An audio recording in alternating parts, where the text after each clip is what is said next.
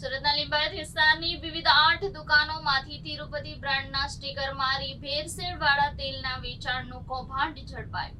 તિરુપતિ કપાસિયા બ્રાન્ડના 15 કિલોગ્રામના 54 તેલના ડુપ્લિકેટ બૂચ અને સ્ટીકરવાળા ડબ્બા કબજે કરવામાં આવ્યા.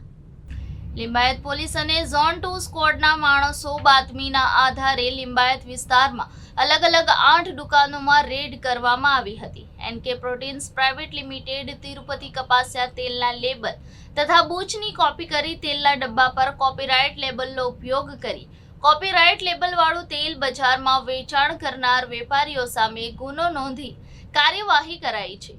ડીસીપી ભગીરથ ગઢવીએ લિંબાયતમાં કેટલાક વેપારીઓ ડુપ્લિકેટ તેલના ડબ્બાનું વેચાણ કરતા હોવાની માહિતી મળી હતી.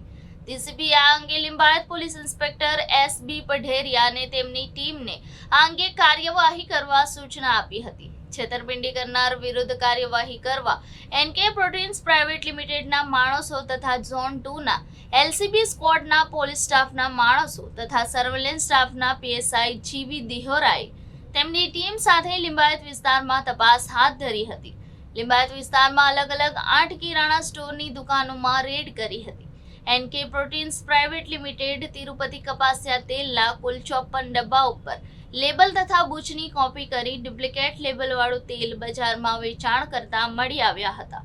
પોલીસે વેચાણ કરનારાઓ વિરુદ્ધ કોપીરાઇટ એક્ટ મુજબ કાયદેસરની કાર્યવાહી હાથ ધરી છે. જી સાહેબ.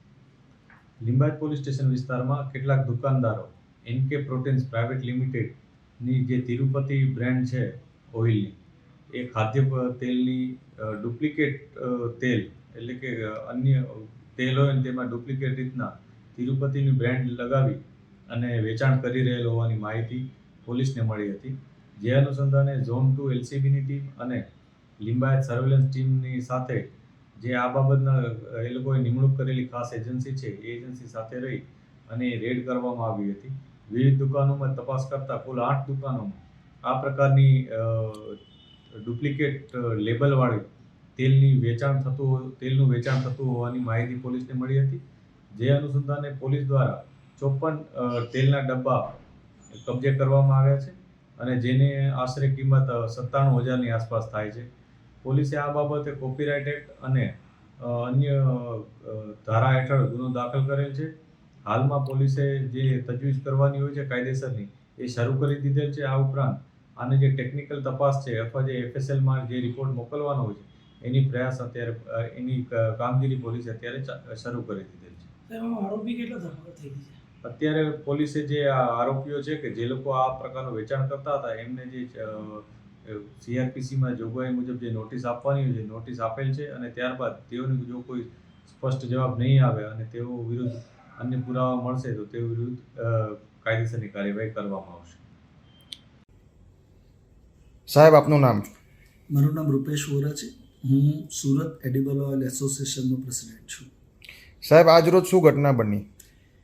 આજ રોજ અમને એવી માહિતી ગઈકાલે મળી કે લિંબાયત વિસ્તારની અંદર મોટા પ્રમાણમાં ખાદ્ય તેલોમાં એડલ્ટ્રેશન થઈ રહ્યું છે અને ડુપ્લિકેશન એનું થઈ રહ્યું છે અને એની અંદર અયોગ્ય તેલો લોકો દ્વારા વેચાણ કરવામાં આવી રહ્યું છે અને એની થોડી ડિટેલ મળી.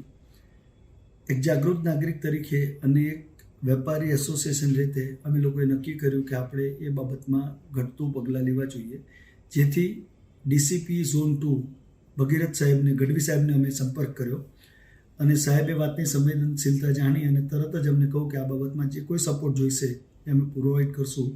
અમે આજ સવારને એમની પાસે પોલીસ માંગી તો એમણે પોલીસ આપી. સાથે જ લિંબાયતના પીઆઈ શ્રી પઢેરિયા સાહેબ, એમણે પણ ખૂબ સારો સહકાર આપ્યો. એમણે પણ ત્યાંથી અમને લોકલ પોલીસ આપી અને જે કાયદા પ્રમાણે જોગવાઈ છે એ પ્રમાણે પોલીસને લઈ અને અમે જે તે વેપારીનું નામ મળ્યું તો એને ત્યાં તપાસ કરવા ગયા અને તપાસ કરવા જતાં ઘણી જગ્યા પર ગફલત માલુમ પડી. 8 જેટલા વેપારી ત્યાંથી ડુપ્લિકેટ તેલો અમને મળ્યા છે, જેની અંદર 200 થી 250 જેવા એની ઉપરના સ્ટીકર્સ છે કે 200-250 જેવી કેપ્સ્યુલ્સ એની ઉપર જે ડબ્બા પર લાગતી હોય છે તે મળી. લગભગ 50 થી 60 ડુપ્લિકેટ ડબ્બા પણ મળ્યા છે, જે લિંબાયત પોલીસ સ્ટેશનમાં પોલીસે પોતાના કબજામાં લઈ અને આગળની કાર્યવાહી હાથમાં ધરી છે. જે લોકો ગ્રાહક છે એ લોકોને ઓરિજિનલ અને ડુપ્લિકેટ ડબ્બા વચ્ચે કઈ રીતે ફરક સમજાવવો જોઈએ? જો આપ સામાન્ય નાગરિક તરીકે આ બધાની ફરજમાં પણ આવે છે. અને હું આપના માધ્યમથી ખૂબ મને આનંદ થશે જણાવતા માટે, કોઈ પણ ગુજરાતની અંદર ખાદ્ય તેલનો નવો ડબ્બો જે આપ ભરવા માટે ખાવા માટે નવો ડબ્બો લો છો એની અમુક સાઇન છે. તમે સામાન્ય તકેદારી રાખશો તો ક્યારેય છેતરાશો નહીં. લોકો ડુપ્લિકેટ કરે, પરંતુ જે કોઈ નવા ડબ્બા ધારો કે કોઈ પણ બ્રાન્ડના આવતા હોય, આ હું અહીંયા મારી પાસે એક ડબ્બો છે તિરુપતિનો, પણ હું આ તિરુપતિ એકલાની નહીં, ફોર્ચ્યુન, ગુલાબ, વિમલ, કોઈ પણ સ્ટાન્ડર્ડ બ્રાન્ડની જે ગુજરાતમાં વેચાય છે એની વાત કરું છું, એની અંદર આ રીતે એમ્બોસ પ્રિન્ટ આવે. જે બ્રાન્ડ હોય એ બ્રાન્ડનું એમ્બોસ પ્રિન્ટ આની અંદર હોવું જોઈએ. અહીંયા ગુલાબ હોય તો ગુલાબનું હોય, દરેક કંપનીનું એમ્બોસ પ્રિન્ટ હોવું જોઈએ, આ હોવું જોઈએ. બીજું કે એની ઉપરની જે કેપ્સ્યુલ છે, અહીંયા જરા ફોકસ કરજો, આ કેપ્સ્યુલ છે. જે ડુપ્લિકેટ ડબ્બા હોય, કેપ્સ્યુલ ઓરિજિનલ ન હોય તો આને ઘસવામાં આવે તો આ વચ્ચે જે નામ લખેલું છે, ભલે તે ગુલાબ લખ્યું હોય, ફોર્ચ્યુન લખ્યું હોય, ગમે તે લખ્યું હોય, તો એ નામ નીકળી જાય. ઓરિજિનલ ડબ્બાની અંદર આ નામ નહીં નીકળે. એટલે કે ડબ્બો ડુપ્લિકેટ કરવાવાળા. અને ત્રીજી વસ્તુ, જ્યારે આપ ડબ્બાને જુઓ તો ડબ્બાના ફિનિશિંગ પરથી જ આપણને ખ્યાલ આવી જશે કે આ ડબ્બો રીપેક થયેલો છે, ફ્રેશ છે. ફ્રેશ ડબ્બાનું ફિનિશિંગ આખું અલગ જ આવતું હોય, એની ચમક અલગ જ આવતી હોય. આ ડબ્બાને એકવાર વાપર્યા પછી આપણે વેચીએ અને એને રીફિલ કરવામાં આવે તો એની શાઇનિંગ પણ ઓછી થઈ જતી હોય છે, એનું લાઈફ પણ ઘણી ઓછી થઈ ગઈ હોય છે, અને એની ઉપર ડર્ટ્સ ને એનાથી આપણે ખ્યાલ આવી જ જાય છે કે જેથી કરીને આ ડબ્બો ડુપ્લિકેટ છે. એટલે ખાસ મારા ગ્રાહક મિત્રોને કહેવું કે જ્યારે પણ કોઈ પણ ડબ્બો ખરીદો, કોઈ પણ સ્ટાન્ડર્ડ બ્રાન્ડ હોય, એમના ત્યાં ટીન્સનું મેન્યુફેક્ચરિંગ ઇનહાઉસ હોય તો એની અંદર આ પ્રકારે એમ્બોસ હોય, કોઈ પણ બ્રાન્ડ હોય તો એની અંદર ચેક કરીને જ લેવું. એમ્બોસ પ્રિન્ટ ના હોય તો એ ડબ્બો ઓરિજિનલ નથી એવું લગભગ માની શકાય છે. શું કોઈ કંપની જૂના ડબ્બામાં તેલ ભરીને આપે છે? બ્રાન્ડેડ કંપનીઓ બ્રાન્ડેડ કંપની મોટાભાગે જૂના ડબ્બામાં તેલ ભરી નથી આપતી. તેલ જે જૂના ડબ્બા છે અહીંયા લોકલ ટેનિંગ પ્લાન્ટવાળા ભરતા હોય છે. બ્રાન્ડેડ કંપનીઓ ક્યારે પણ રિફિલ એ નથી કરતી હોતી. એ લોકોના ત્યાં નિયમ જ છે ટીન પ્લેટ મંગાવ્યા પછી, કારણ કે આઈએસઓના નોર્મ્સ પ્રમાણે એ લોકોએ ફૂલ હાઇજીન મેન્ટેન કરવું પડે. એટલે ડબ્બો હોય કે તેલ હોય, બેમાંથી કોઈ પણ હ્યુમન ટચ ન થવું જોઈએ ઓર રીયુઝેબલ ન હોવું જોઈએ. એ ફૂડ એન્ડ ડ્રગ ડિપાર્ટમેન્ટનું નિયમ છે.